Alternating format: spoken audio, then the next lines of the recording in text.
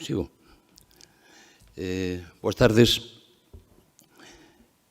Imos dar comezo a esta conferencia das Xornadas Luisa Sorei, na súa edición número 36, que este ano dedicamos ao sector forestal galego, retos, fortalezas e debilidades, o papel das frondosas.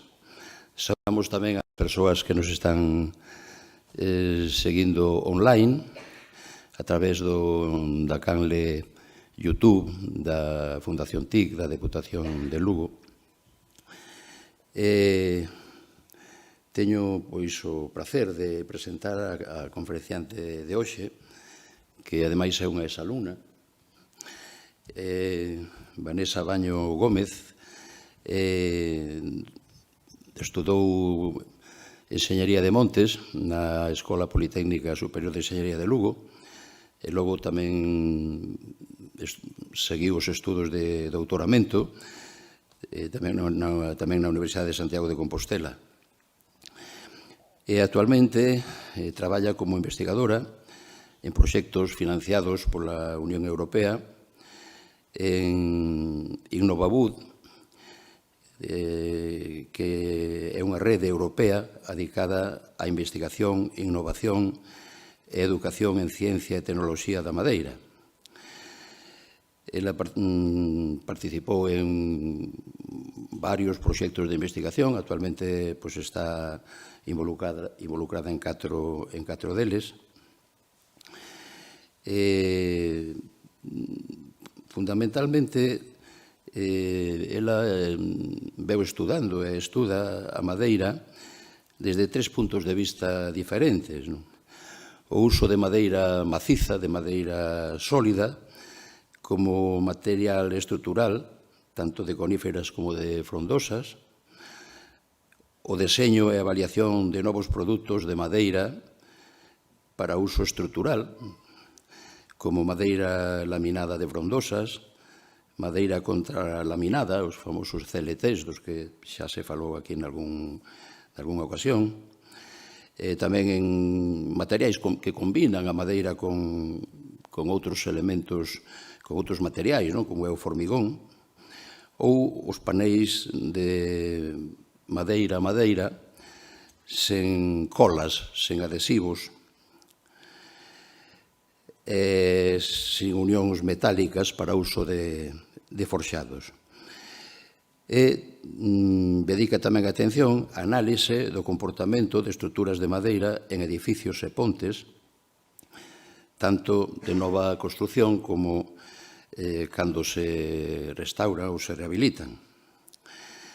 Publicou uns 40 artigos científicos en revistas de impacto, máis de 50 contribucións en congresos nacionais e internacionais, supervisou 4 teses de doutoramento e contribuiu tamén á inclusión de novas especies de madeira con fins estruturais en normas nacionais e europeas. É dicir que é unha gran especialista nun tema importante no marco destas xornadas, que se dedican fundamentalmente á madeira de frondosas, cando tradicionalmente en Europa se ven utilizando máis na industria as coníferas que as frondosas, na madeira estrutural, nas edificacións, grandes infraestructuras, utilízase máis a madeira tamén de coníferas que de frondosas, pero seguro que ela nos vai a demostrar que as frondosas tamén teñen o seu sitio nestes usos que os que se está tratando de dar pulo nos últimos tempos.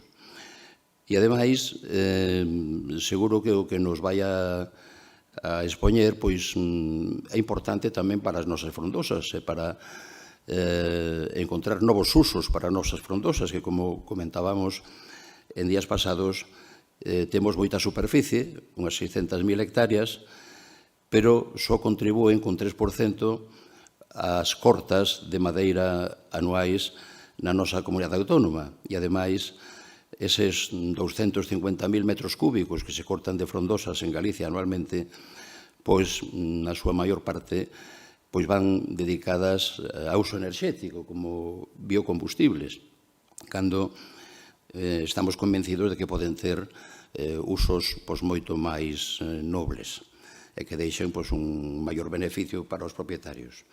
O título da conferencia de Vanessa, que lle agradecemos que forme parte do profesorado desta edición das xornadas, é o mercado das frondosas para a construción en Galicia e en Europa. Vamos xa ceder a palabra, pero antes quero recordar aos que nos están seguindo online que se queren facer preguntas, participar no coloquio que teremos ao final da conferencia de Vanessa, que poden facelo a través do chat de YouTube. Tes a palabra, Vanessa. Moitas gracias, Antonio. Gracias tamén pola invitación e pola oportunidade de poder falar hoxe aquí desto, do potencial que teñen a madeira de frondosas no sector da construcción.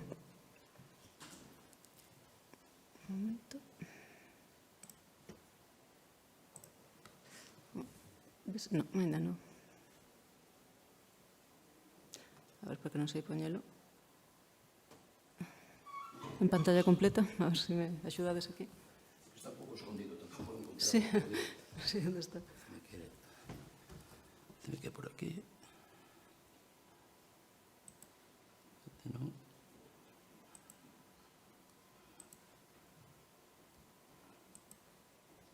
Bueno, non encontro tampouco.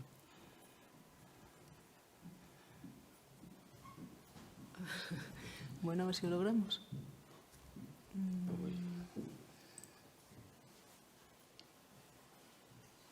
Aquí é mellor. Vista, busca en vista. A ver se agora. Está, non? Sí. No, vese aquí, pero non hai. En vista. Veías, así? No. Bueno. No. Vexo na pantalla... No, é que non sei por qué. No, pero é que non o logro. A ver, agora. Ahora. Logrado. Bueno, empezamos con mal pé. Pero, bueno, arrancamos. Como presentou xa Antonio, traballo en Innovabud, que é unha rede europea de investigación e innovación en madeira, que vou presentar un pouco máis adiante. Este é un pouco o contido, unha breve introducción a que é Innovabud e os proxectos de investigación nos que estou involucrada agora mesmo, unha introducción tamén aos bosques europeos ao cambio climático, á produción e mercado de madeira de frondosas, a madeira serrada para aplicacións estruturais, produtos de enxeñería de madeira con frondosas e despois sistemas estruturais e edificios de madeira. E algúns desafíos para Galicia e conclusións. Desafíos e oportunidades, podemos decir. Como introducción, eso, decir que traballo en Innovabud, que é unha rede europea de investigación e innovación en madeira. Innovabud é unha rede que ten uns 70 asociados en toda Europa, que son principalmente universidades e centros de investigación que traballan nestes temas. E eu traballo dentro da rede, somos unhas 12 persoas de distintas partes de Europa, todos teletraballando de distintas partes de distintos países, coa excepción de Lugo, que somos 2 persoas, Mercedes Rois, que está aquí comigo, tamén somos as 2 persoas traballando para esta rede. Dentro de Innovabud, además de traballar en conectar e compartir e incluso intentar influir políticas en tema de madeira, traballamos tamén en proxectos de investigación en toda a cadea de valor do uso da madeira, dende o bosque, pasando por produtos de madeira e construcción e tamén en moble, e participamos en algunhas alianzas e plataformas transversais tamén de uso da madeira, non?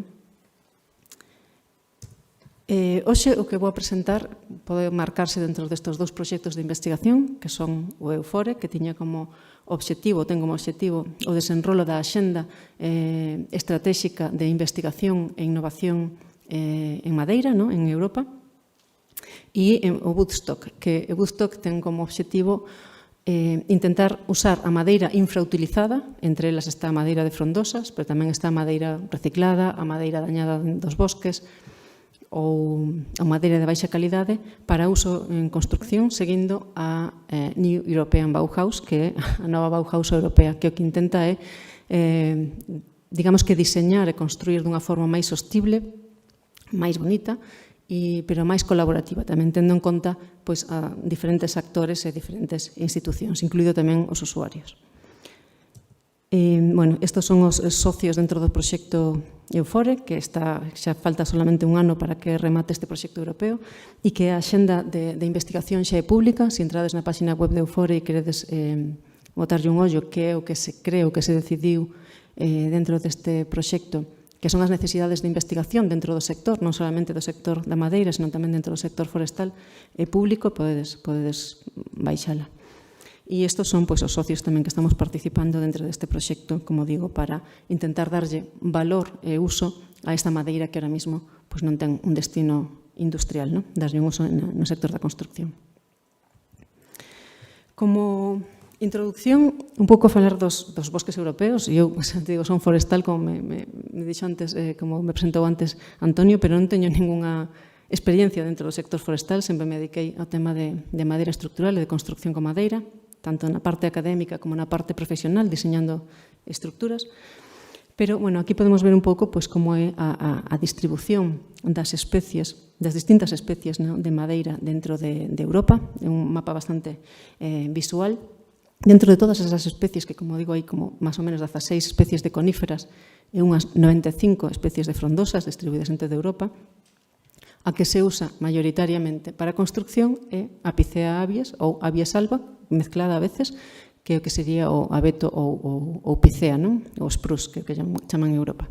Digamos que todo o sector da construcción europeo está basado ou desenrolado a partir desa especie. Pero os bosques están tamén, como digo, esta madeira de pícea é a que se usa principalmente en Europa, pero os bosques están ahora mismo sometidos a un montón de desafíos.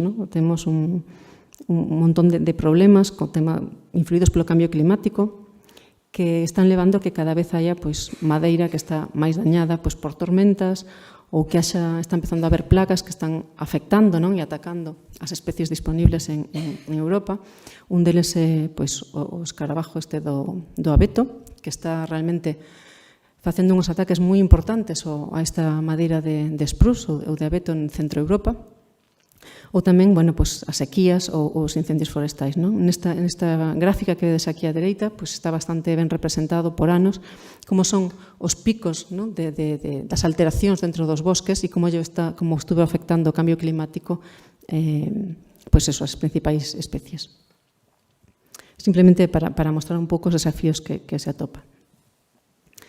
Pero tamén hai escenarios que están pensando que vai pasar a longo plazo, pensando neste cambio climático. Os bosques van a ter que adaptarse a este cambio climático e algúns escenarios presentan isto, que estas adaptacións van a levar a que haxa menos monocultivos e máis bosques mixtos.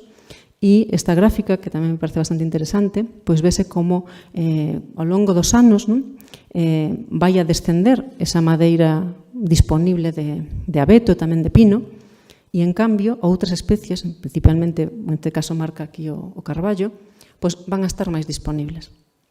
Entón son escenarios de futuro que hai que ter en conta un pouco para planificar tamén que se vai facer coa madeira e en que se centra, que especies tamén se centra a industria da madeira.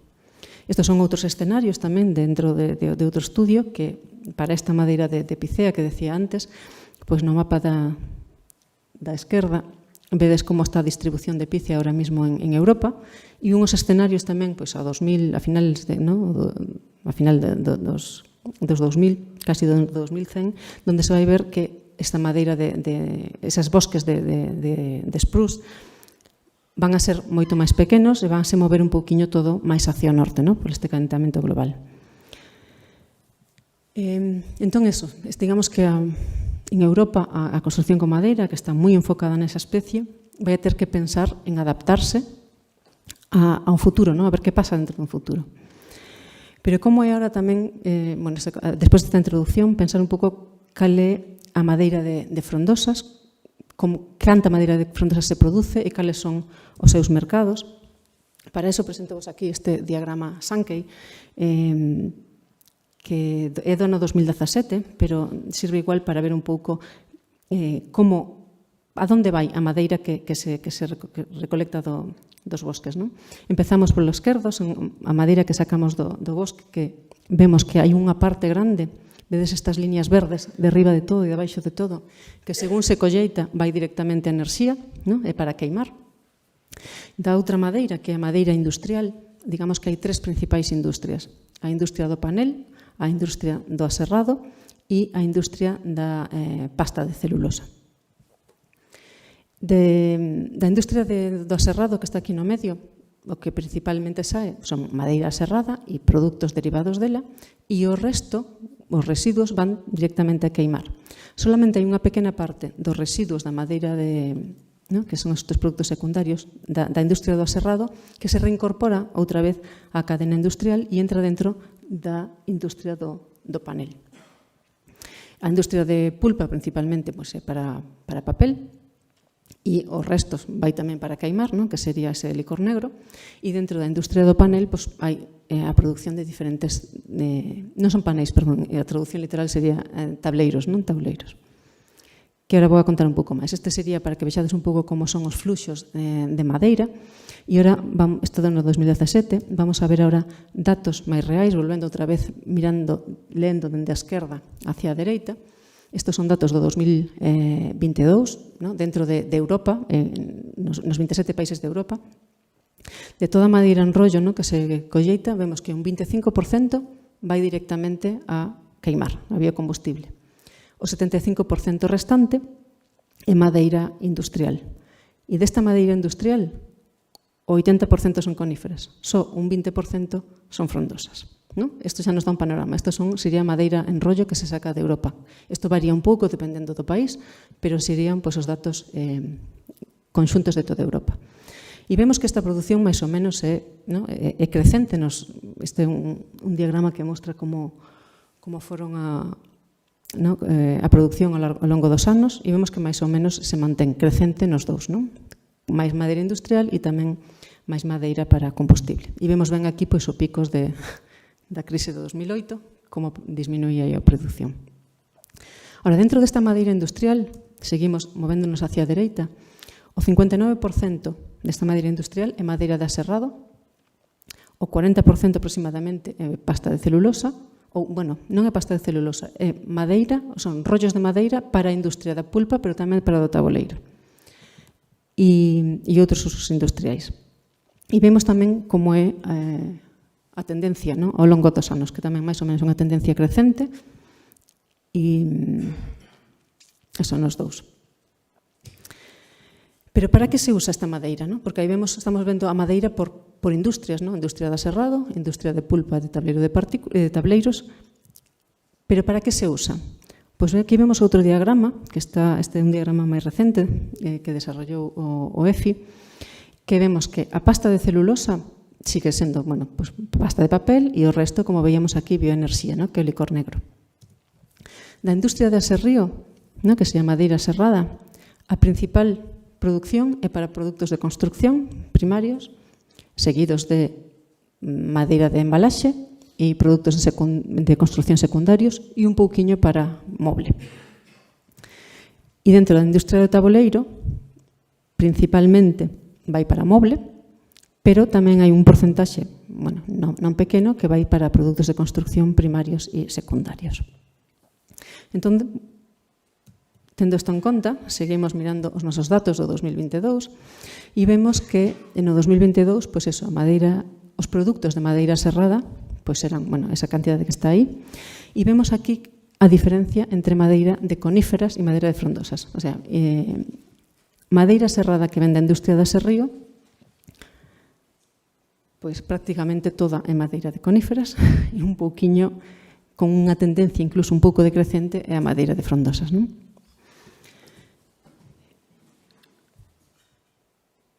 Que, como decíamos, vai principalmente para a construcción, seguido de embalaxe e de moble.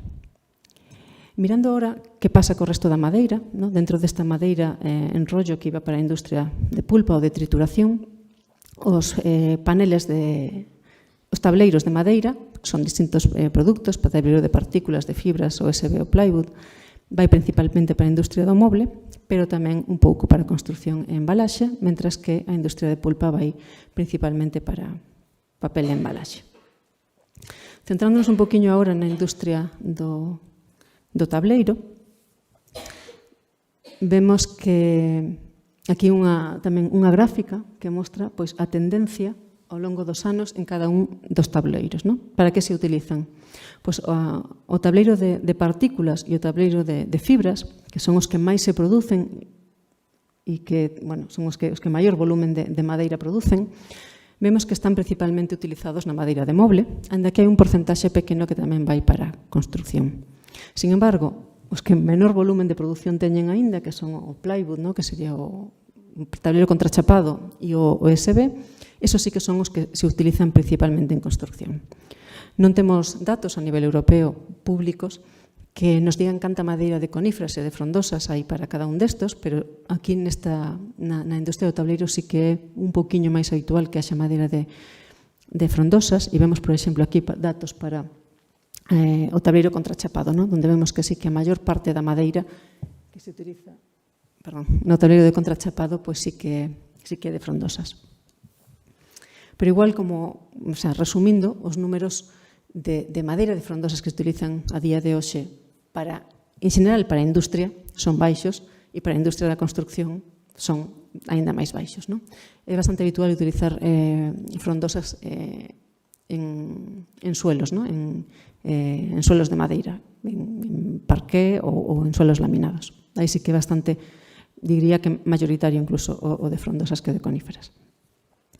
E aquí, para resumir un pouquiño este tema dos mercados, poño esta diapositiva que foi presentada polo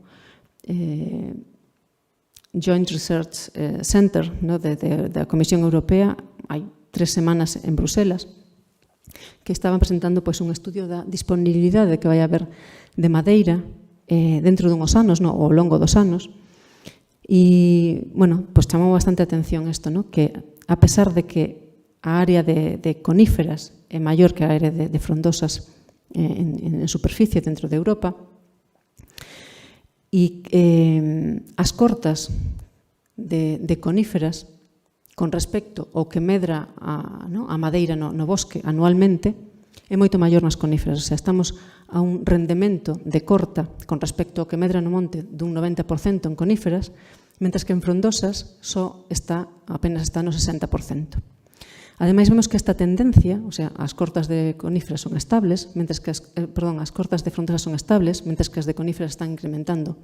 Por lo tanto, se sumamos que xa estamos cerca do límite, ¿no? Dese 100% que sería non cortar máis do que medra en coníferas, ademais estamos con unha tendencia incremental. Por lo tanto, pensando nesto, no cambio climático e pensando incluso na disponibilidade de madeira que vai haber debido á demanda, porque a demanda de madeira non solamente para a construción, é para moitos outros usos, pois pode chegar a un punto de conflicto, ¿no? Donde a madeira de coníferas este realmente pois nun punto donde mellor non haxa suficiente madeira para cubrir as necesidades. Por lo tanto, pensar na madeira de frondosas pois pasa a ser moi relevante e é un dos temas que o Joint Research Center pois resaltou hai 3 semanas en Bruselas. Por lo tanto, buscar alternativas e usos posibles ás frondosas pois ten moito sentido, non? Hasta aquí era un pouco saber cales son os mercados e canta madeira hai disponible. Pero pasamos agora un pouco a falar xa dos produtos de madeira. Empezamos polo produto, digamos, polo máis sinxelo ata o máis elaborado. Do máis sinxelo sería a madeira sólida, madeira serrada, pero voume centrar bastante no tema de construcción e no uso estructural, ¿no? Poder facer elementos como pilares, vigas, muros para a construcción. E cales son as súas aplicacións? A madeira aserrada tanto de coníferas como de frondosas, ten dous usos principales, podemos decir, non? O primeiro sería utilizala como tal para construir, o sea, pezas de madeira serrada de pequenas dimensións para sistemas de entramado lixeiro, serían os sistemas típicos de Estados Unidos, das casas de Estados Unidos ou incluso dos países nórdicos en Europa, non? Son pezas de pequenas dimensións, de madeira serrada, que sirven para facer este tipo de construccións. Ou para facer as láminas que con esos vamos a fabricar despois os produtos laminados, non? Sería viga laminada encolada ou paneis CLT. Se sodes do sector, que vexo caras coñecidas que xa sabedes, pois supoño que xa sabedes de que falo. Entón, digamos que nos interesa a madeira aserrada por dúas cousas, como produto estructural en sí mismo, como pilar viga para este sistema de entramado lixeiro, ou como insumo para fabricar produtos máis elaborados e máis complexos. O sistema de entramado lixeiro é isto, son estes sistemas que vos digo das casas de Estados Unidos, que son pezas de pequenas dimensións. Isto é un libro que escribimos cando eu traballaba en CSFOR, de como diseñar, en este caso, casas de madeira ou estructuras de madeira con estas pezas pequenas de madeira serrada. Como vedes aquí, este exemplo eran de pezas, e este é bastante grande porque son de 6 centímetros por 14 centímetros, xa diría que é unha peza bastante grande para ser entramado lixeiro, e que a forma de funcionar son colocar moitos xuntos, de pequenas dimensións e moitos xuntos, que todos en conxunto forman un sistema estable. Ou, e esta aquí vemos unha aplicación dentro destas pezas de madeira serrada en entramado lixeiro, e esta é unha casa que se chama la Casa Uruguaya. Esta foi un proxecto no que traballei cando estaba en Uruguai. Presentouse ao premio que era Solar Decathlon, que é unha competición internacional, e levou o primeiro premio. Toda esta casa está construída con madeira de eucalipto, de madeira serrada de eucalipto. E como vedes aquí, as pezas, as dimensións da madeira que se utilizou son 5 centímetros por 10 centímetros. Vedes que son pezas pequeniñas, son, como decíamos, unha casa de palillos colocada toda xunta. Deste proxecto podería falar máis, pero simplemente quería mostrar un exemplo dunha casa de frondosas con este sistema de entramado lixeiro. Falamos un poquinho agora da cadea de valor da construcción con madeira, porque para poder utilizar esta madeira aserrada, tanto no sistema de entramado lixeiro como na produción de produtos como viga laminada ou CLT, necesitamos empezar polo básico. E o básico empeza aquí, na clasificación estructural da madeira. Necesitamos clasificala para saber cales son as súas propiedades e, polo tanto, despois poder diseñar de acordo a eso. Poder diseñar produtos ou poder diseñar edificios. E isto sería un pouco a cadena de valor. Clasificación da madeira, produción de elementos estructurais, paneis ou vigas, diseños 3D, arquitectónicos e estructurais, e todo digitalizado para conectar o diseño coas máquinas de control numérico dentro dos aserraderos e producir, digamos, pezas tipo Lego. Xa se construye así. Antes era unha construcción tradicional onde o carpinteiro facía todas as unións, os mecanizados. Hoxe en día, todo é digitalizado. Construes o modelo 3D, mándalo á fábrica, salen as pezas con todos os mecanizados e montase como un Lego, fomentando sempre unha construcción industrializada e un pouco máis estandarizada tamén. Polo tanto, dentro da construcción con madeira partimos dos materiais, desarrollamos produtos, con esos produtos definimos sistemas estructurais e con eso despois construímos edificios ou pontes. Sería un pouquiño a cadea de valor. E no centro, os códigos de diseño, que en nivel de europeo sería o Eurocódigo 5, en España o que manda é o Código Técnico de Edificación, que non é máis que unha copia do Eurocódigo 5 adaptado a España e simplificada un pouquiño. Non sei se me están escoitando ahora os que desenrolaron, pero basicamente é así. Empezamos pola clasificación estructural e vou intentar non ser moi técnica. Para non ser moi técnica xa vos lanzo esta presentación. Como se clasifica a madeira para saber as súas propiedades? Como sabemos que unha madeira é estructural? Pasa que clasificala. Como se clasifica? A forma fácil sería, como vemos aquí á dereita, facemos ensaios, rompemos a madeira, sabemos canto resiste. Se a rompemos non a podemos usar. Por lo tanto, que facemos? Facemos ensaios non destructivos.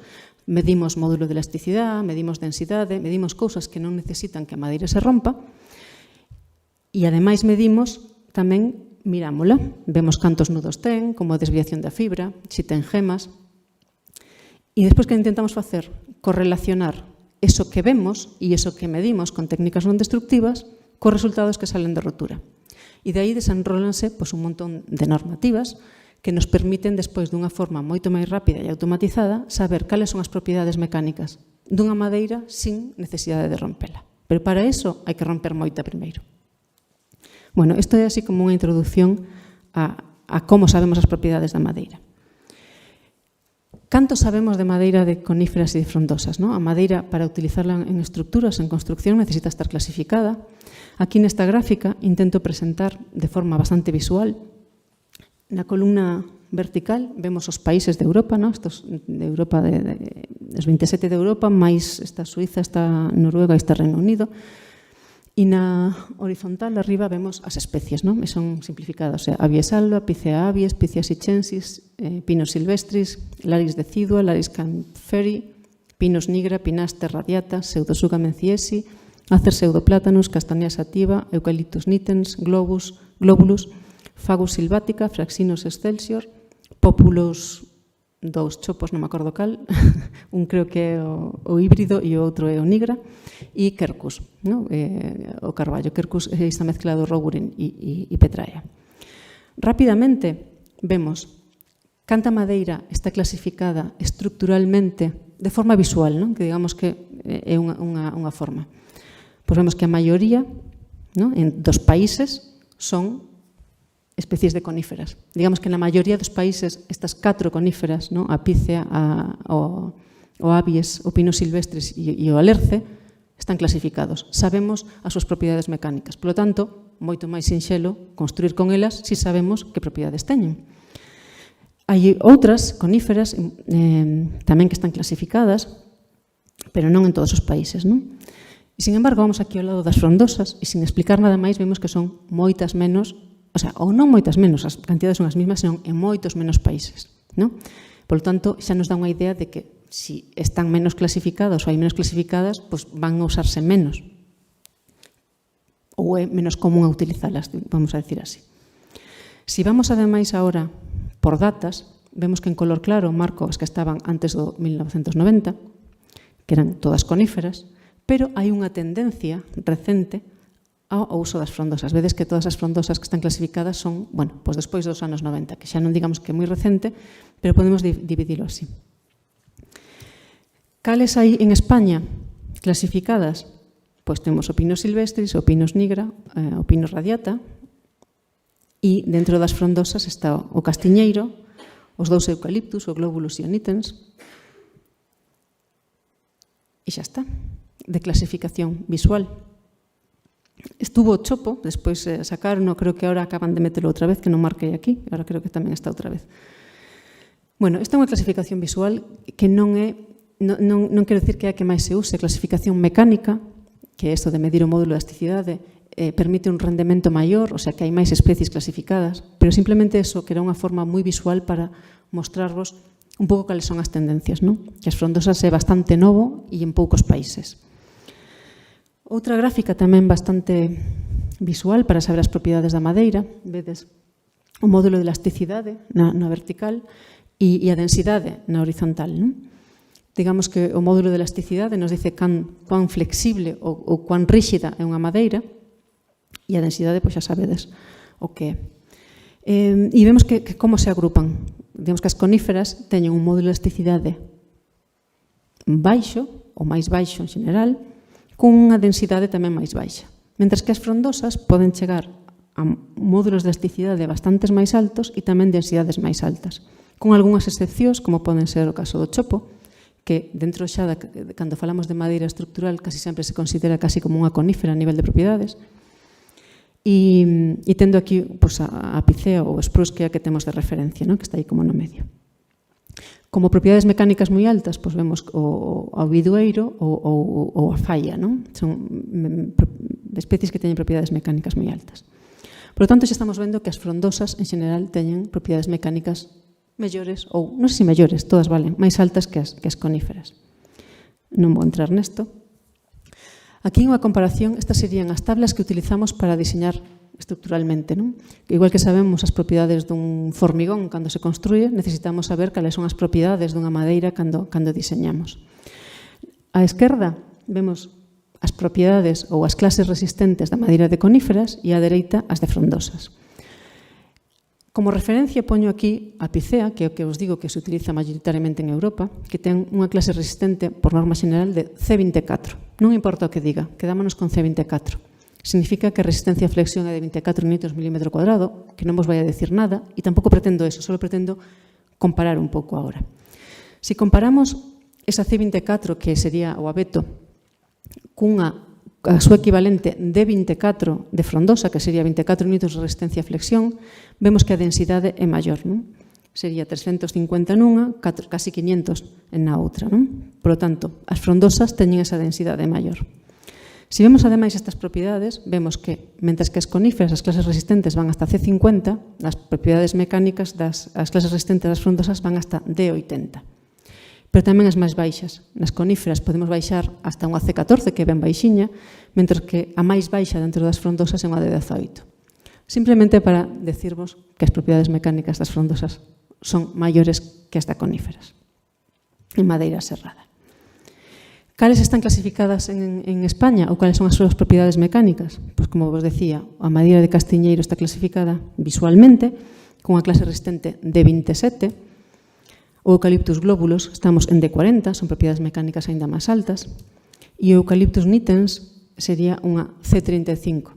Non vou entrar en por que se clasificou como conífera en vez de como frondosa, pero o resumen é que ten unhas propiedades de resistencia altas, pero de densidade máis baixas. Por lo tanto, se lle asignáramos unha clase resistente de frondosas, saldría penalizada de alguna maneira. Pero, bueno, isto é simplemente para que teñades unha idea das especies de frondosas que están clasificadas en España, visualmente. Mecánicamente, que sería isto que vos digo, medimos módulo de elasticidade dentro dunha clasificadora en línea, dentro dunha industria, como a que ten Silonor, por exemplo, ou Finsa aquí en Galicia, e os rendementos son moito mellores. Se atendemos propiedades mecánicas mellores, máis altas e máis distribuídas. Dentro desto, cales están clasificadas?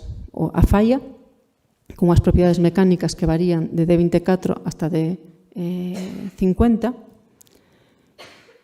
e o Eucalyptus nitens con un ensayo de atracción, non importa. E temos tamén o Eucalyptus globulus, tamén con esta clasificación mecánica, con propiedades mecánicas moi altas. Non vou entrar a explicarvos isto, simplemente que sepades con que propiedades contamos nas especies en España e en Galicia particularmente.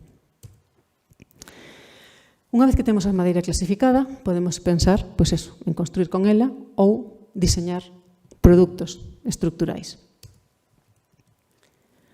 Non sei se me estou facendo moi pesada. Queredes preguntar no medio e así alixeiramos ou sigo? Sigo. Bueno, seguimos entón volvemos outra vez a este diagrama da cadea de valor de construcción con madeira, non? Temos xa a madeira clasificada estructuralmente e vamos a intentar fabricar produtos con ela, non? Que produtos? Pois vou vos a decir agora cales deles. Estos serían os produtos de enxeñería e de tableiros, están mezclados aquí, que se poden ou que están habitualmente no mercado. Digamos que a partir de madeira sólida, de madeira serrada, construyense elementos de finger joint ou elementos de unión dentada, que son pezas de madeira serrada unidas con un finger joint para facelas máis largas. Prodúcense vigas de madeira laminada encolada, que serían as vigas e os pilares, e panéis de madeira contralaminada para facer directamente muros ou forxados, non? Moi utilizado en industrialización e en prefabricación. A partir de madeira de desenrolo, pues, fabricanse estes outros tipos de produtos, que sería o tableiro contrachapado ou os vigas que son el biel, que se chaman, pues non sei como se chamarían, microlaminada, madeira microlaminada. A partir de fibras e partículas, pues, construímos diferentes tableiros de fibras, tableiros de partículas. E a partir de chips de madeira, ¿no? Que serían estos como pequenas chips, pues construyense os tableiros USB, que supoño que conocedes, pero tamén vigas, que serían pues, este Laminated Strand Lumber, LSL ou PSL, que creo que non ten nome en español, PSL ou LSL. Pero vamos a centrarnos agora nestas primeiras, que son estes produtos laminados, a partir de madeira aserrada clasificada estructuralmente. Como vemos aquí, decíamos que temos a madeira clasificada estructuralmente e podemos producir estes tipos de produtos, finger joint, madeira laminada ou CLT. Que ocorre a nivel europeo? Que as normas que están diseñadas e publicadas dentro do Comité Europeo de Normalización solo aplican a coníferas. É dicir, non hai ningunha norma EN, norma armonizada europea, donde podamos producir estes produtos con madeira de frondosas. Está especificado que aplica solo a coníferas. Entón, como facemos, se queremos... Isto non implica que non sexa posible. É posible, pero o camiño é un pouco máis longo e un pouco máis difícil.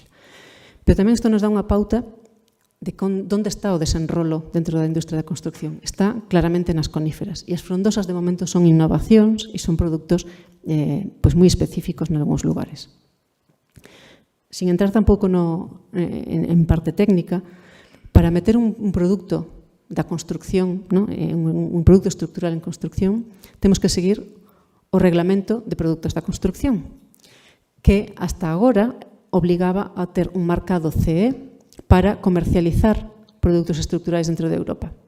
O novo reglamento de produtos da construcción, que se acaba de aprobar este ano, vai obligar a que non sexa só para vendelo entre países, sino que vai haber que ter o marcado CE tamén para vender dentro de Europa. Quer dizer, xa non vai haber unha vía alternativa que sempre se buscaba para non ter que ter este marcado CE cando faz un produto innovador. Por lo tanto, esta vía, digamos que a vía común de seguir a normativa europea dentro do Comité Europeo de Normalización para obter o marcado CE só se pode aplicar en coníferas para estes produtos e en frondosas podemos facelo, pero a través dunha vía alternativa, que implica un paso intermedio, implica obter un ETA, que se chama, European Technical Assessment. Que son estos ETAs?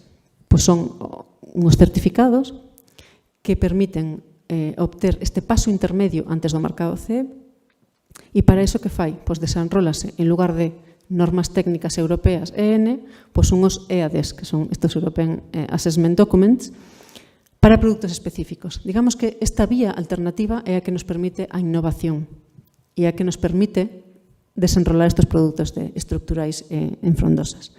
Aquí vemos algúns exemplos, como por exemplo este documento para clasificar estructuralmente madeira de castiñeiro, pero que non é de sección rectangular de pezas comunes, sino que son estas típicas pezas que lles faltan, que teñen gemas, que é o que chamamos gemas, que lles faltan os extremos, son irregulares. Bueno, pois hai un documento que che permite obter o marcado CE deste tipo de pezas e hai empresas que xa os comercializan. Por un exemplo, pois é esta de italiana. Dentro da madeira laminada encolada de frondosas, hai algúns exemplos tamén. Esta vía é unha vía alternativa que é máis longa, máis cara, quer dizer, se estes produtos están no mercado é porque hai interese comercial. Quer dizer, se un produtor decidiu obter o marcado CE a través deste ETA, é que cree que hai un mercado para o seu produto, porque tuvo que pagar bastante e facer un desenrolo grande para poder comercializalo. Por lo tanto, isto é un indicador de que se hai produtos estructurais de frondosas comercializados en Europa, é que hai interese por elas. E algúns exemplos son estas, son a madeira laminada encolada de Bidueiro de Haslager en Austria, a de Castiñeiro de Sierolam en Asturias, a de Carballo de Gámiz en País Vasco, ou esta outra de Carballo tamén de Florian en Italia. E vamos a facer un pouco máis ameno, meter algunha foto de algúns dos produtos. Vedes aquí madeira laminada encolada de Sierolam en Asturias, e de Florian en Italia, para facer eso, vigas e pilares. E aquí vedes un exemplo desta madeira laminada encolada de Bidueiro, de Haslager, tamén vigas e pilares. Ou esta de Carballo, feita por Gámiz. E estes son os usos. Cales son as ventaxas? As ventaxas son as que vos decía un pouco antes, ten as propiedades mecánicas máis altas, hai disponibilidade desa madeira, E hai unha parte tamén estética, que eu creo que é importante, non? Eu creo que todos temos, non? Sento aquí de Galicia, todos temos na idea, na cabeza, que os nosos avós sempre querían os móveles das habitacións de Castiñeiro ou de Carballo, e as cociñas non podían ser de pino, porque tiñan que ser, non? De madeiras nobles.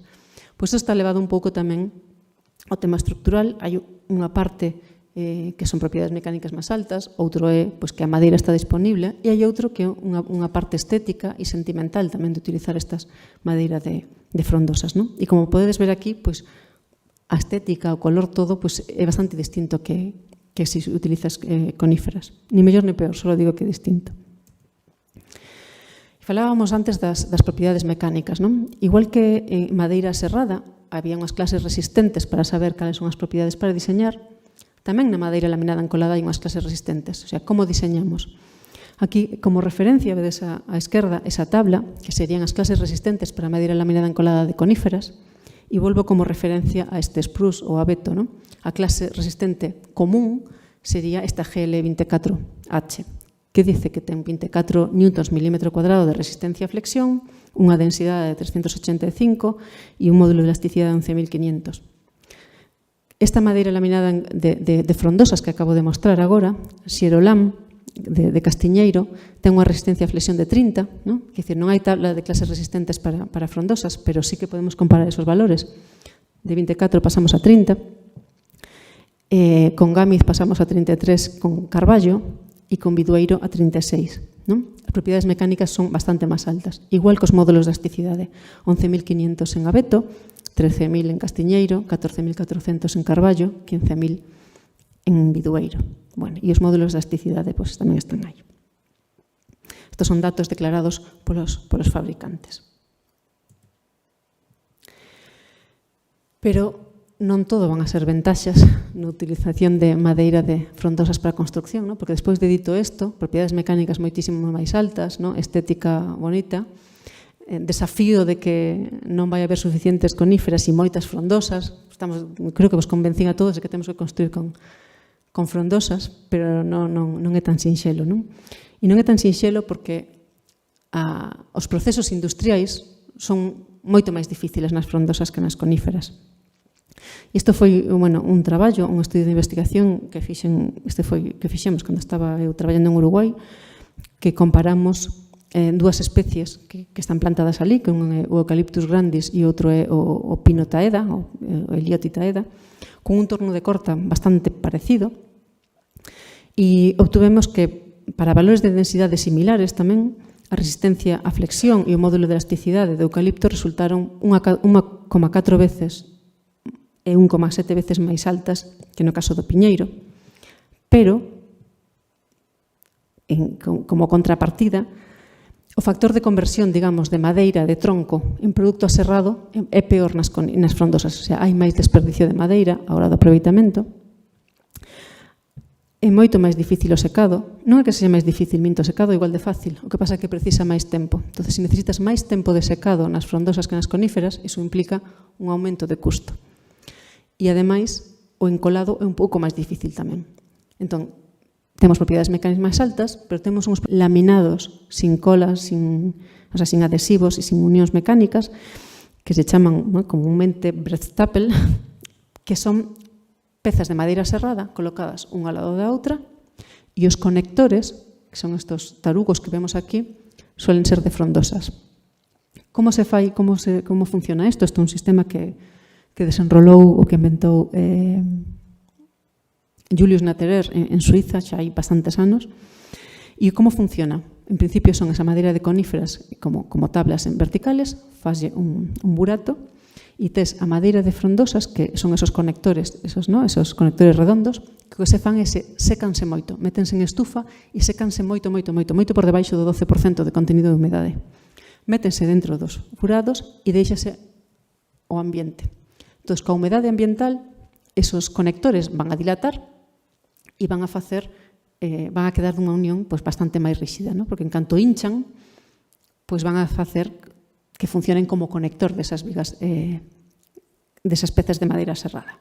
O sea que, sin unións metálicas e sin adhesivos, están construindo un panel estructural para facer forxados, combinando estes dous tipos de madeira, coníferas con frondosas. e poden chegar a producir estes panéis tan grandes como ves aquí. Outros serían estos LSL que vos decía antes, que utilizan estas virutas de madeira. Esta é unha fábrica que estaba aquí, porque pechou, estaba no País Vasco, que era Tapsal, que a mí me parecía máis genial o que facían. Utilizaban estas virutas de chopo, que eran de restos de outra industria, para facer estas vigas con as propiedades mecánicas altísimas, estas vigas en I, ou incluso estas vigas combinadas con metal, ou incluso en sección rectangular. E conseguían unhas propiedades mecánicas altísimas a partir casi de desperdicios de outra industria, e utilizando esta madeira de chopo, que a madeira de chopo ten unhas propiedades moi baixas en sí mesma. Cousas que pasan con estas innovacións que, cando o mercado non está ainda moi maduro, a veces non son exitosas. O motivo de por que pechou Tapsal non o sei, pero a min deume, a verdade, que bastante pena.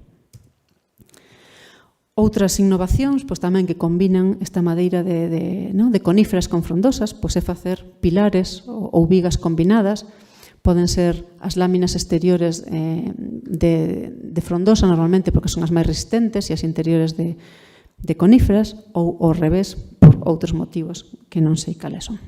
Pero que se poden combinar estas especies, e creo que esta hibridación ou esta combinación de coníferas e frondosas vai a ser bastante exitosa, sobre todo se realmente, e é verdad que hai un problema co suministro de madeira de coníferas para a industria de aserrado. Por lo tanto, creo que esta alternativa de combinar as dúas pode ser unha solución boa, e creo que vai a ir bastante por aí o mercado. Outras innovacións serían estas vigas en I, como as vigas metálicas, que chamamos as vigas, non sei como chaman as vigas en I metálicas, pero feitas de madeira. Poden ser de madeira serrada, poden ser de madeira laminada, de microlaminada, poden combinar diferentes especies. Ou un sistema bastante innovador, que sería diseñar conectores de madeira, en vez de conectores metálicos, conectores de madeira. En este caso son estos conectores de forma de cola de Milano, feitos con madeira microlaminada de frondosa, creo que de falla, para unir os paneis CLT, que é o típico que se utiliza en edificación. E como utilizamos todas estas innovacións dentro da edificación, como entran? Algúns exemplos que os vou a mostrar agora de uso destes produtos dentro de edificios. Estamos como por esta parte, xa vos contei os materiais, contei vos os produtos, e vamos a ver esta última parte, que son os edificios e os sistemas estruturais. Como integramos todos estes novos produtos de frondosas dentro da edificación, con algúns exemplos.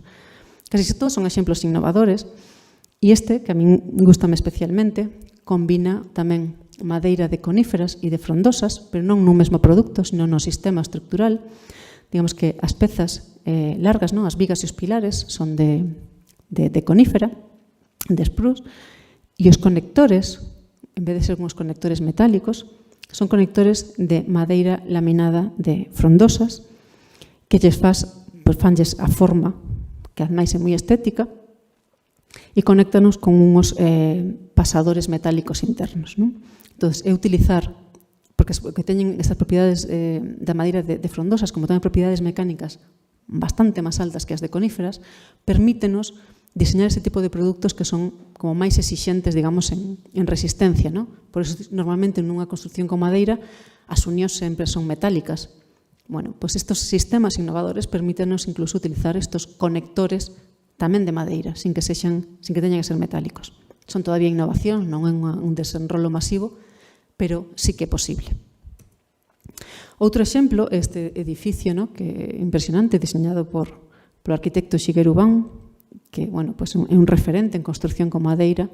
Ele é xaponés e sigue a tradición xaponesa de construir, que se construye todo con madeira e todo con unións de madeira tamén, sin utilizar metal. Este é un edificio dun periódico, dun xornal que Ta Media, que estaba en Suiza, e que son 7 plantas de edificios con pilares e vigas de madeira de abeto, e os conectores, que non sei se se aprecia moi ben, pero isto que vedes aquí máis oscuro, dentro das pezas redondas, son conectores de madeira feitos con madeira microlaminada de falla. Por lo tanto, é un elemento, un conector que está oculto dentro do pilar e da viga e que sirve de sistema de anclaxe para facer esta estructura. E aquí vedes unha foto un pouco máis de cerca do conector. Esta é a peza de madeira microlaminada que está dentro e que se utilizou para unir pilares e vigas. Outro exemplo de edificación, supoño que coñecedes, non? As famosas setas de Sevilla, que é unha estructura de madeira microlaminada. Non me atrevo a decir a especie porque non o sei, podería dicir que é chopo, pero non o sei. Pero igualmente, non? A madeira microlaminada normalmente casi sempre está utilízase madeira de frondosas. Non madeira microlaminada, tableiro contrachapado para construir esta estrutura de madeira. Ou, bueno, este non vou a falar algo del, pero que aquí hai xente xa involucrada dentro do proxecto, non? Pois outro exemplo aquí en Lugo, que é o edificio Impulso Verde, que tamén é unha combinación de CLT de piñeiro galego e viga laminada de eucalipto, non? E aquí a xente da escola na Politécnica estuvo moi involucrada no diseño e construcción. Outro exemplo tamén aquí en España pode ser Acciona Ombú, que é unha rehabilitación en Madrid dun edificio que está diseñada por Norman Foster e empregou madeira de castiñeiro para facer vigas laminadas e para facer tamén paneles TLT, non? Vigas laminadas fabricadas por Sirolam e panéis TLT con esta madeira de castiñeiro de Asturias, non sei se de Galicia tamén, fabricado por Exlam Dolomiti en Italia, non? E que resultou neste edificio. Que evidentemente tamén non foi por un desafío estrutural, eu creo que foi por un desafío estético. Hai unha cousa tamén importante nas frondosas, comparado coas coníferas, que normalmente a súa durabilidade natural é máis alta, salvando algunhas excepcións, non? Como é a falla ou o chopo, que teñen propiedades de durabilidade natural moi baixas. Outras, como o castiñeiro ou o carballo, teñen durabilidade natural moi alta, é dicir, aguantan ben a intemperie, non necesitan tratamentos protectores, resisten ben o ataque de fungos e de insectos. Entón, por iso, moitas veces é unha solución tamén ou unha alternativa cando queres non utilizar tratamentos protectores químicos, non? Para a construcción. E outro exemplo, e este é un edificio que os vou a falar un pouco del, porque ahora temos aínda tempo, e neste, como estuve directamente involucrada, é un edificio no que participei como enxeñeira, foi en Uruguai, é un edificio dun museo que se chama o MACA, no edificio MACA, que é un edificio feito con madeira laminada encolada de eucalipto, neste caso eucaliptus grandis, nun país que era Uruguai, con cero tradición de construcción con madeira e con cero tradición forestal, podemos decir, non digo cero, pero moi baixa, porque as primeiras plantacións nese país fixéronse na década dos 80 ou 90, están chegando aos árboles a turno de corta, e o principal uso industrial do eucalipto é pulpa, non? Celulosa, e do pino, de momento, o sea, hasta hai moi pouco non había nada, ora xa hai unha fábrica de viga laminada e de CLT. Neste caso, cando diseñamos este edificio, non había ninguna industria aínda que fabricara viga laminada nin CLT en Uruguai. E vou vos contar un poquinho a historia, porque podo contarvos máis de primeira man tema de custos e desafíos. O proxecto comezou así, non? Aí está movido. Bueno, este é o diseño de Carlos Ott. Carlos Ott é un arquitecto bastante recoñecido, que ten sede en Canadá, ele é uruguayo, pero está en Canadá, e foi, como referencia, non sei se hai arquitectos aquí, pero como referencia foi o que diseñou a ópera de París.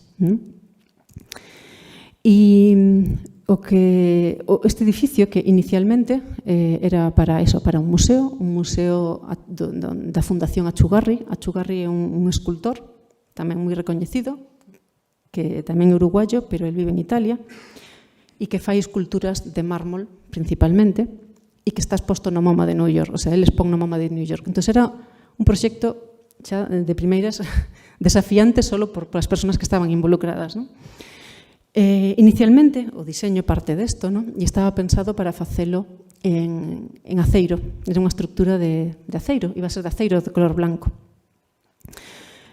Cando empezan a falar, a Fundación Achugarri, que é o promotor, a Enxeñería, Carlos Sot, que xa construíra cousas con madeira, e a constructora, que era Achugarri Construcción, resulta que a constructora foi alumno meu en Uruguai, cando traballaba ali, e dixo, creo que estas curvas se poden facer con madeira. E aí veu a universidade onde eu e meus compañeiros estábamos traballando e dixeronnos, é posible facer este edificio en madeira? E, bueno, vamos a hacer un estudio a ver se é posible ou non.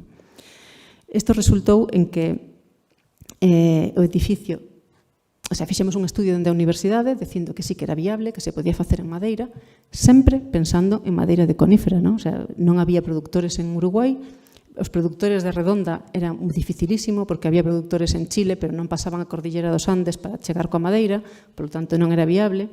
Había productores en Brasil e en Argentina, pero non conseguíamos vigas de 26 metros, que era o que necesitábamos para este edificio. Entón, que se fixo?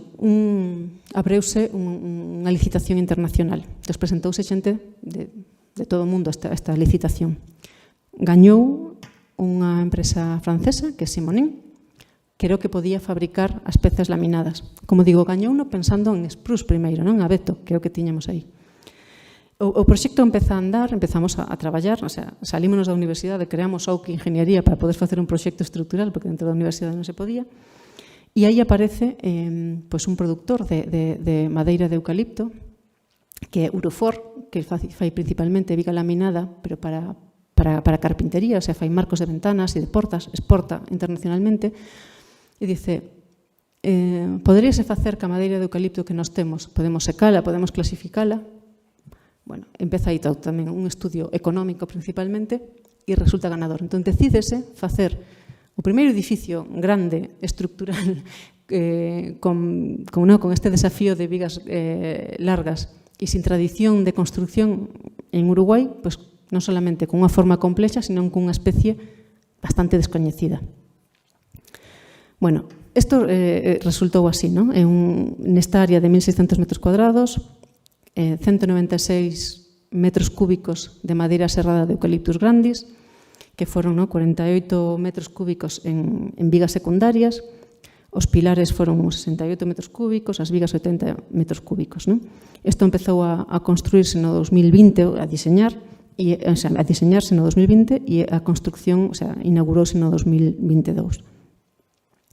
É unha estructura complexa, porque é todo con vigas curvadas e non hai ningún solo ángulo recto, cada pórtico é diferente, por lo tanto, o cálculo estructural tamén foi bastante complexo, pero a construcción tamén. E aquí, gracias a Simonin, como digo, que foi o que fabricou estas vigas laminadas, foi madeira de láminas de eucalipto secas e clasificadas de Uruguai, que se mandaron a Francia por barco, fabricáronse ali as vigas, volveron a Uruguai con montadores franceses que entrenaron, digamos, aos montadores uruguayos para construir isto. E aquí vemos algúns detalles de como son estos pórticos. Evidentemente, transportar vigas de 26 metros por barco era moi caro, polo tanto, fixose un diseño estrutural en pezas máis cortas, con este sistema de conectores oculto por adentro, que é un sistema patentado tamén por Simonin. Entón, digamos que pudieron vir as pezas como en 3 tramos e conectalos ali en obra. Aquí vedes a viga prefabricada e aquí vedes os 3 tramos nos que veu e onde se conectou despois ali con esas vigas, con esos conectores metálicos ocultos. E aquí quero darvos un pouco os datos, que son os datos que coñezo ben de dentro. Estas vigas, estas láminas, como digo, que partiron de Uruguai e que estánse cargando os contenedores para ir en barco, que son láminas de Urufor, de eucalipto laminado. Se comparamos isto, por exemplo, con spruce, con unha conífera, faríamos unha viga laminada de uns 30-40 milímetros de espesor. Ao estar falando dunha frondosa, por un tema tamén de secado, que para que sexa máis económico e máis rápido, hai que baixar o espesor. Por lo tanto, baixouse desos 40 habituais en coníferas a uns 20-23 milímetros en frondosas. E aquí xa temos a primeira diferencia e o primeiro tamén incremento de costo. En vez de menos láminas, temos máis láminas. Por lo tanto, como temos máis láminas, o secado tamén é máis difícil, temos tamén máis líneas de cola, temos máis adhesivo. O tempo de secado aumentou 4,25 veces comparado con unha conífera. E o número de líneas de cola aumentou multiplicado por 1,6 veces, non? Entón, quer dizer, secado máis lento, máis líneas de cola, máis custo ao final. Igualmente, as propiedades mecánicas resultaron moi boas e permiteuse, ademais, este curvado tan pronunciado en algúns casos. E aquí xa simplemente para que vexades un pouco como é o proceso de construcción e contovos un pouco que como digo, todas as pezas son distintas, cada un destos ángulos é distinto, o sea, todo viña mecanizado con máquina de control numérico, como vos comentei antes, ¿no? O diseño de construcción con madeira agora permite ser moi preciso na construcción, todo viña prefabricado ao milímetro e todas as pezas encaixaron, menos unha porque houve un error de mecanizado, pero todas. ¿No? Así viñan, ¿no? Veñan cada unha co seu ángulo, cada unha co seu mecanizado e a un lego, empezas a construir. Aquí vemos ben de cerca pues, que as láminas son ben finiñas, non? Vedes que se estades acostumbrados ou vistes algunha vez laminado de conífera, son moito máis gruesas. E aquí vedes tamén pues, como está un mecanizado dentro da viga esperando pues, a vigueta, ¿no? ao cabio ou a correa. Bueno, e o proceso de montaxe. En resumen, digamos que esta obra resultou 1,3 veces máis cara por facela nesta especie que por facela se a fixéramos en abeto, non? Tamén por qué? Porque estás pagando o prototipo, estás pagando que eres o primeiro que o faz. Entón, se isto se fixera masivamente, probablemente se fora pues, moito máis competitivo, non? Pero a día de hoxe, o que aposta polas coníferas aposta a que vai a pagar un pouco máis. Esa é a realidade. Bueno, aquí vedes pilares de 15 metros de altura, bueno, e este xa acabado. E o por que se colleu esta especie? Pois por varios motivos. Primeiro, pola beleza, non? Segundo, porque era un material pois, que era dali, non? Querían, de alguna maneira, con este museo, marcar un pouco pois, a identidade, non? Que era utilizar unha especie local. E pasou unha cousa tamén curiosa con este edificio, porque este edificio é totalmente gratuito, o sea, é unha inversión privada por esta Fundación Achugarri, que é un escultor, que el fixo este museo, que está, aquí vedes a foto xa acabada, así como está ahora, aberto ao público. Aí non solamente expón as súas obras, que son estos esculturas de mármol, sino que tamén trae invitados, ¿no? Artistas de distintas partes do mundo, e ademais é aberto ao público, totalmente gratuito. Entón, digamos que aquí, ¿no? Que vos falei ao principio da New European Bauhaus, ¿no? Que é bonito, sostible e ademais colaborador e integrador, e podo dicir que este edificio pues contribui un pouco a eso, ¿no? Unha promoción privada que fai un museo público, aberto ao público, ¿no? Para acercar o arte á xente. E, por último, e xa en 15 minutos remato, isto, bueno, conteivos ahora un pouco, pois eso, como é a cadena de valor, como se construye con madeira, todo o rollo das propiedades mecánicas, os desafíos, pero tamén as oportunidades. E aquí vou a resumir un pouco pois, un traballo que foi feito dentro do marco do proxecto Resonate, no que eu participei, e tamén Mercedes, que está aquí, participou. Mercedes nese momento estaba dentro de Xera, e ela organizou estas xornadas que foron aquí en Lugo, ¿no?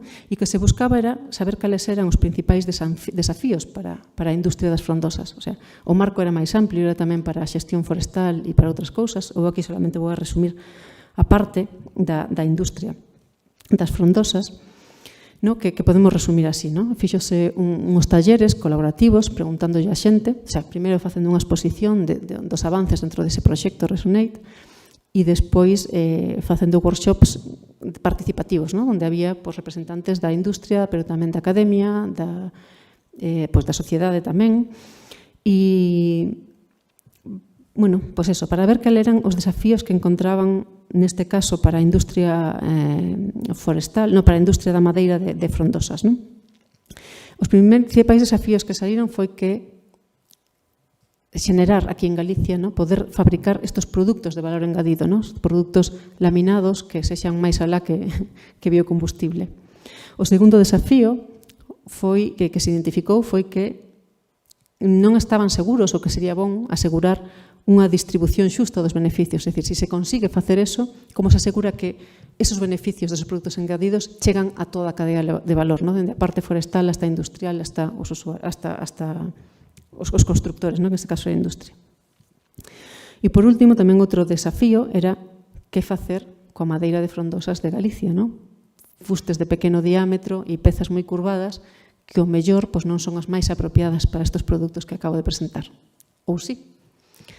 Bueno, e algunhas das medidas propostas que salieron deste workshop, ¿no? deste taller, foi pois, a de implementación de estrategias que consideren as dimensións técnicas, pero tamén as sociais dentro da xestión forestal, intentar actualizar a legislación para que facilite o aproveitamento de frondosas, ¿no? Identificouse que a legislación ahora mismo non promovía moito que a corta de frondosas dentro de Galicia, entón, bueno, resaltou isto, e eu aquí me tomei na parte forestal que digo que non sei moito.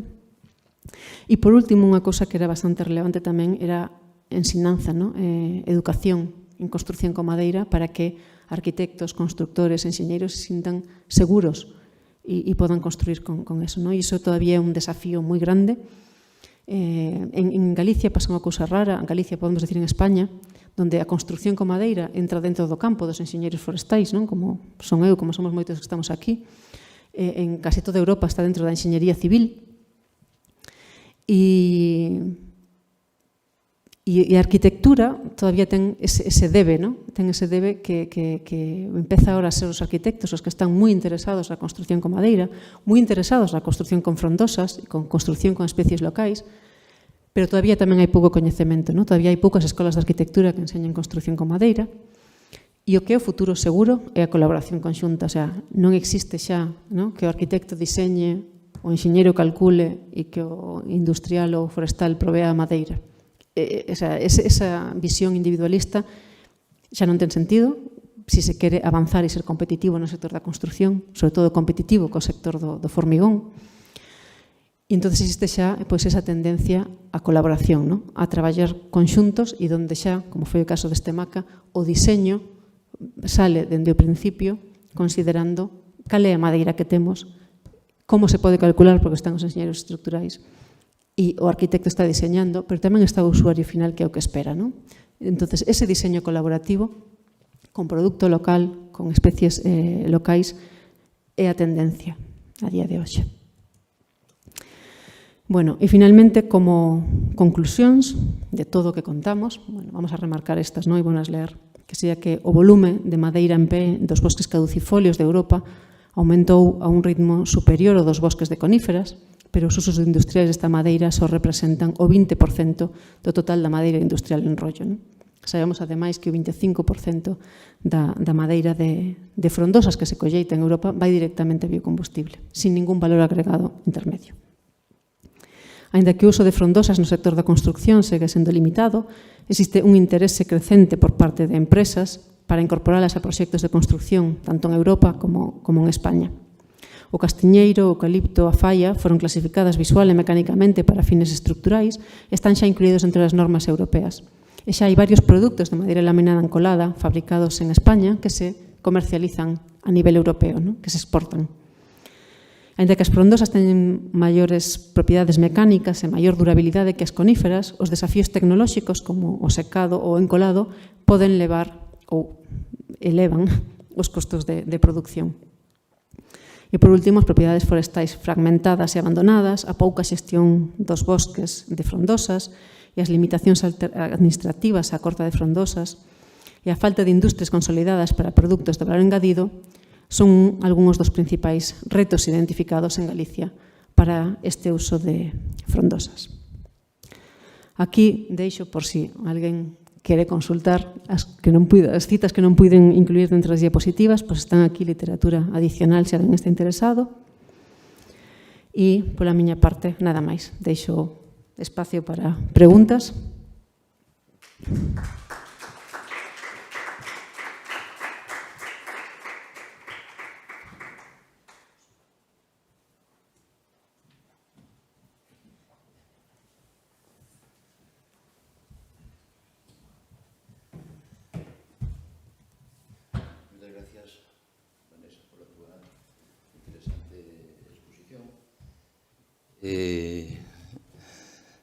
Pasamos ao turno de preguntas, que lembren os que nos están seguindo online que poden facer preguntas a través do chat de YouTube. Preguntas aquí na sala.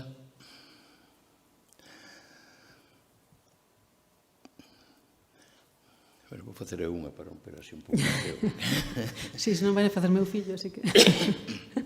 En Galicia, pois, según o inventario forestal continuo que se está facendo, temos 600.000 hectáreas de frondosas. Unha parte delas pois, está en terreos protegidos da Rede Natura. Bueno, son moitos deles bosques non maduros, porque bosques totalmente maduros, sin ninguna intervención humana, pois non temos, pero hainos relativamente próximos a madurez, co cortexo florístico típico, bastante ben conservado, e entonces, pois bueno, hai unha explotación, unha estación de madeira importante, pois quizás non é o máis recomendable, non? Quizás a opción de conservación pois sería a máis interesante. Pero logo temos moitos bosques incipientes, non? Que como se está abandonando moito a práctica agrícola e gandeira, non? E quedan as fincas abandonadas, establece primeiro a matorgueira, depois se van introducindo pois os carballos, bidoeiros e das especies autóctonas, non? E tamén, aínda que este ano pois non é un mellor exemplo, non? Os incendios, a tendencia que temos cos incendios é que haxa menos e se queime menos superficie, non? Aínda que este ano pois foi verdadeiramente dramático, non? Entón, nesas zonas que van pasando anos sin que se repitan os lumes, pois tamén se vai recuperando o mato e depois o bosque. Que temos pois uns centos de miles de hectáreas de bosques autóctonos, podemos decir, en recuperación, non? Entón, que recomendarías para que eses bosques cheguen a producir madeira de verdade que se poida utilizar como madeira estrutural, non? Velo posible ou velo difícil? E que habría que facer, non? Vexo posible, non? Posible sempre todo, e como digo, como madeira estrutural podemos utilizar todo, non? Dende a madeira de propiedades máis baixas a de máis altas, non? Porque todo se diseña en función deso. Sempre vamos a ter máis volume de madeira na obra ou menos, dependendo das propiedades mecánicas. Pero creo que se comezou a facer un traballo xa aquí en Galicia, sin mal non recordo, que están intentando de alguma maneira caracterizar a madeira de árboles en pé, non? Saber cales son as propiedades mecánicas da madeira de árboles en pé. Como estas técnicas non destructivas que comentaba que se fan a nivel industrial, podese facer tamén a nivel de monte, non? E creo que hai un traballo xa dentro da Xunta, creo que está Madera Plus traballando neles, de intentar caracterizar estos árboles en pé, para saber un pouco cales son, basicamente, o módulo de elasticidade que ten esa madeira, e en base a eso poder planificar a que uso se pode destinar. De momento, claro, mentras non haxa unha homoxeneidade de decir, claro, esta madeira foi xestionada, estes montes foron xestionados, entón sabemos que máis ou menos teñen estas propiedades, pois esta é unha alternativa que eu creo que é interesante, decir, veña, con que esa madeira que está disponible, que propiedades temos, e en base a eso pensar como integramos dentro da cadena industrial, porque xa vamos a ter datos, temos datos de módulo de elasticidade. Dentro de uso estructural desa madeira, pois sí, como presentei antes, hai un montón de innovacións, o sea, os produtos maduros, que serían esos produtos de viga laminada encolada, son uns deles, e esos son, quer dizer, competir con esos no mercado non é tan sinxelo, porque esos xa teñen un precio que todo o mundo coñece e quere chegar a eles, pero hai un montón de outras innovacións posibles, non? Como poden ser, pois eso, facer unións metálicas, facer esos paneis que combinen, ou vigas que combinen frondosas con coníferas, e eu vexo aí unha gran oportunidade, intentar combinar a madeira de piñeiro, que xa se está utilizando a día de hoxe, para viga laminada e para paneis CLT, combinada con láminas destas frondosas, non? Que sabemos que teñen as propiedades mecánicas máis altas, polo tanto, podemos facer esa hibridación colocando láminas nas caras exteriores. Iso creo que é unha forma que sería relativamente sinxela de integrar esa madeira dentro da cadea industrial existente, non? Porque, claro, o outro implicaría xenerar nova industria ou desenrolar unha industria para novos produtos. Pero empezar a facer esta hibridación piñeiro-frondosas dentro da cadea industrial existente creo que é unha alternativa posible. Moitas gracias. Alguna pregunta máis? Temos algunha pregunta no chat?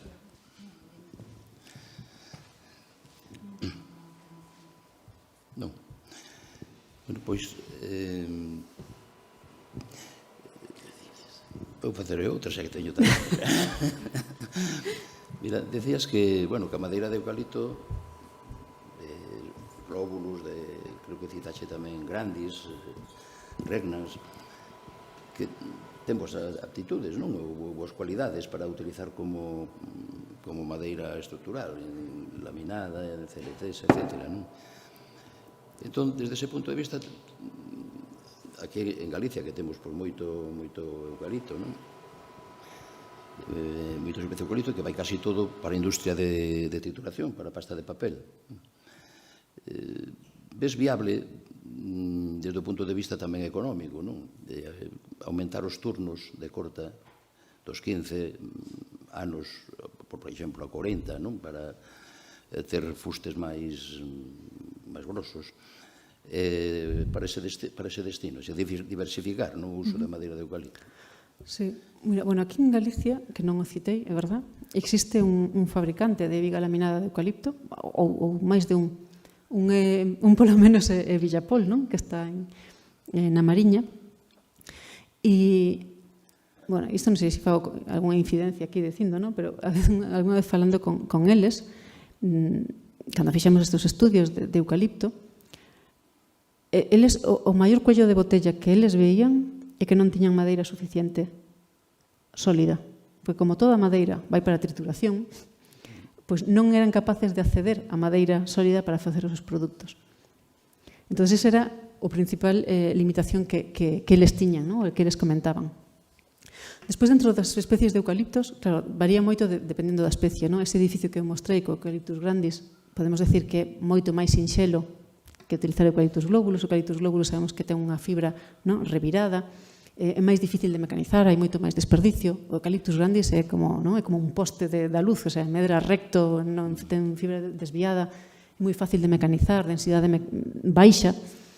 Por lo tanto, para o proceso industrial é moito máis sinxelo. Entón, tamén ten propiedades mecánicas máis baixas. O Eucalyptus globulus ten as máis altas, non?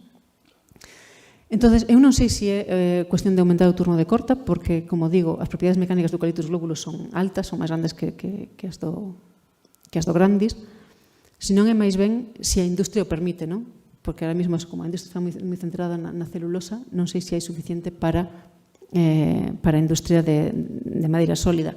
E a segunda é o precio. Se estamos acostumbrados a madeira de coníferas, se estamos ainda cunha mentalidade, eu diría, de que construir con madeira ainda é innovador, ainda non é unha cousa masiva. Aquí estamos dentro do sector, entón isto nos parece normal construir con madeira, pero cando falamos con arquitectos, con constructores, non queren saber nada de construir con madeira, ou queren saber pouco, solamente son obras peculiares, pero non masivamente. Entón, pasa unha cousa que convencer o propietario, o constructor, o arquitecto de construir con madeira, xa está, ese é un paso xigante. Pero para eles madeira é, en xeral, madeira. Se xa empezamos a falar de especies, aí xa se perden. Entonces, pasar de formigón a madeira é un paso grande, e ahora pasar de madeira, que para eles é esta madeira xenérica de coníferas, que ten un precio establecido no mercado, podemos decir, non sei como andará agora, pero cando construía moitos anos, cando traballaba en Media Madera, en Asturias, facendo diseño de estructuras, o precio da madeira laminada de conífera, que nese caso, nese momento era, hai 20 anos, toda a madeira era importada, en que aquí veía madeira de coníferas, non se usaba, era madeira importada de abeto ou de pinos silvestres importada de Centro Europa, e o precio do metro cúbico era 600 euros metro cúbico, máis ou menos naquela época. Non debeu subir moito, eu creo que anda por aí. Pero claro, se agora falamos de madeira de frondosas, entre elas eucalipto, eu creo que non, por menos de 1.200 euros metro cúbico non a compras. Entón, creo que estamos, falando da construcción con frondosas, así, por si mesma, ou son obras peculiares onde hai un interese en que sexa madeira de frondosas, ou se vamos a un mercado masivo onde manda o precio, é difícil que entre. Entón, por iso creo que a combinación conífera frondosa pode ser unha alternativa, e obras peculiares, onde se quere destacar un valor en sí mismo, que é a especie, que é a estética, que é a tradición ou que é a cultura. E xa me perdín, xa non sei onde iba con todo isto. Empecé co eucalipto e acabei falando non sei de qué, pero bueno, que sí, que hai oportunidade para o eucalipto, pero que non sei se aumentar o turno de corta é a solución, senón que sexa máis accesible á industria de aserrío. Anímase alguén? Algún ou algunha? Bueno, pero vou facer a última, non? Tiña que facela máis longa para non ter tantas preguntas. Falache, Vanessa, do uso da madeira estrutural, non? En Europa e en outros países, por exemplo, en Uruguai, que ti coñeces ben. Pero en Galicia, penso que en España en xeral, pero en Galicia, dentro de España, eu creo que un das rexións máis atrasadas. De feito, a única fábrica que temos de CLCs é de hai 2 ou 3 anos. E é que, según, por exemplo, en Austria, en países do norte como Finlandia, e outros países do centro de Europa, pois é algo moi habitual. Aquí todavía xera unha desconfianza, a construcción en madeira. Eu penso que se fixéramos unha enquisa aos cidadáns de se vai comprar unha casa, cal elixiría? Unha que sea de estrutura de madeira, unha de formigón ou unha de aceiro? Bueno, pois a de madeira perdería por goleada, non?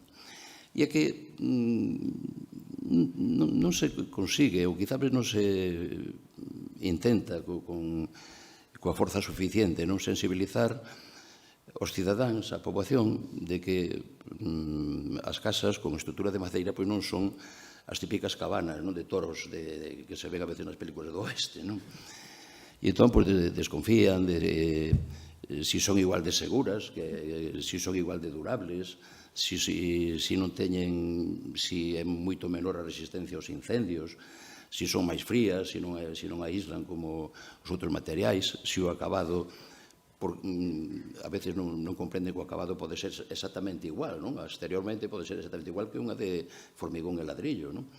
Entón, desde ese punto de vista, para concienciar a xente, tú que proporías, para que realmente a xente forma receptiva, pensando en vivenda, en edificio para vivenda. Sí, como ben dis, a xente ainda reacia a vivir en casas de madeira.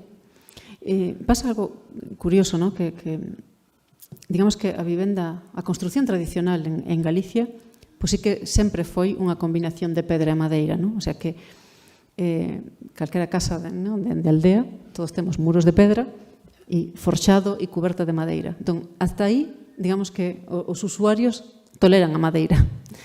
Entón, eso ocorreu antes, sempre existía esa casa de madeira, esa casa combinada, pedra e madeira. Despois, digamos que eso empezou a deixar de usarse, porque veu o formigón, pero, sin embargo, en Galicia houve unha industria de madeira laminada encolada bastante potente e de construcción.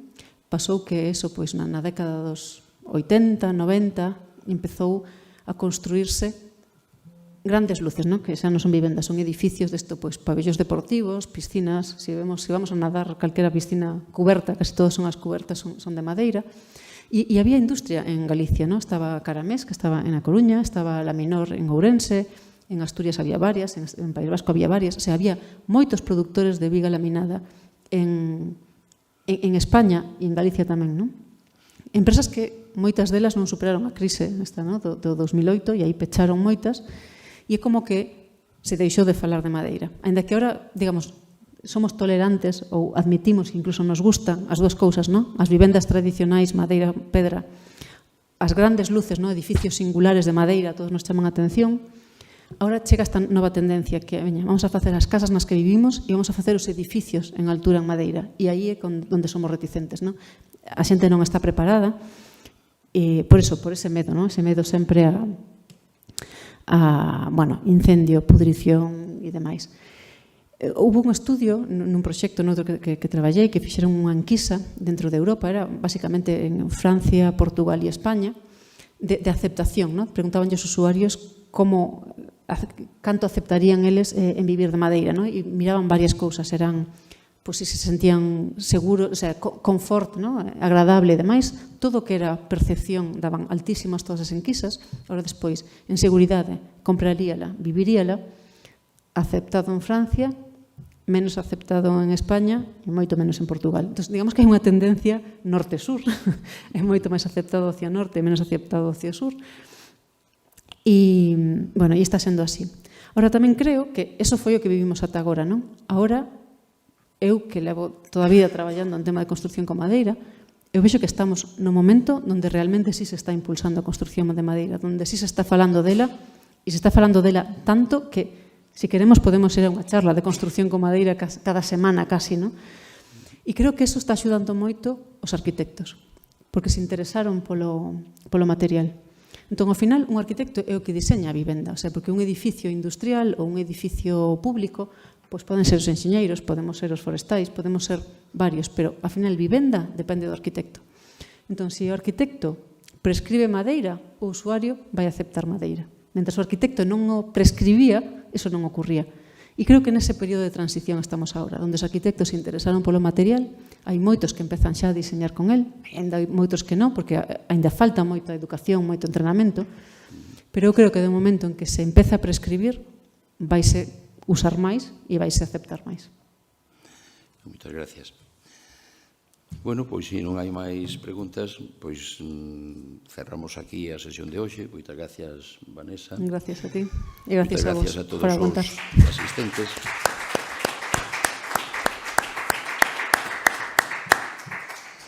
Moitas gracias a todos os asistentes tamén, os que asistiron aquí presencialmente e os que nos acompañaron a través da retransmisión do canal de YouTube da Fundación TIC da Deputación de Lugo.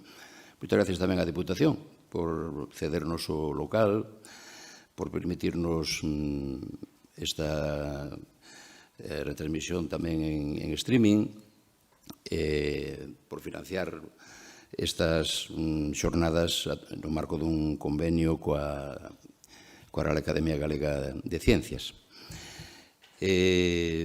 Gracias ao persoal tamén da Diputación que nos acompaña, o da Fundación TIC, que todos os días tamén fai esa labor de grabación e retransmisión. E lembrar que mañá non temos xornada, non temos conferencia, deixamos o día libre para que moitos anos hai aquí neste salón no día da loita contra a violencia de xénero, pois hai algunha actividade relacionada con esa conmemoración. Continuaremos, polo tanto, pasado mañá, o mércores, coa penúltima das conferencias. E moitas gracias, Divi, que tamén me olvidaba de ti, que fixe a labor de control da asistencia. Moi ben, moitas gracias, boa noite e ata pasado mañá.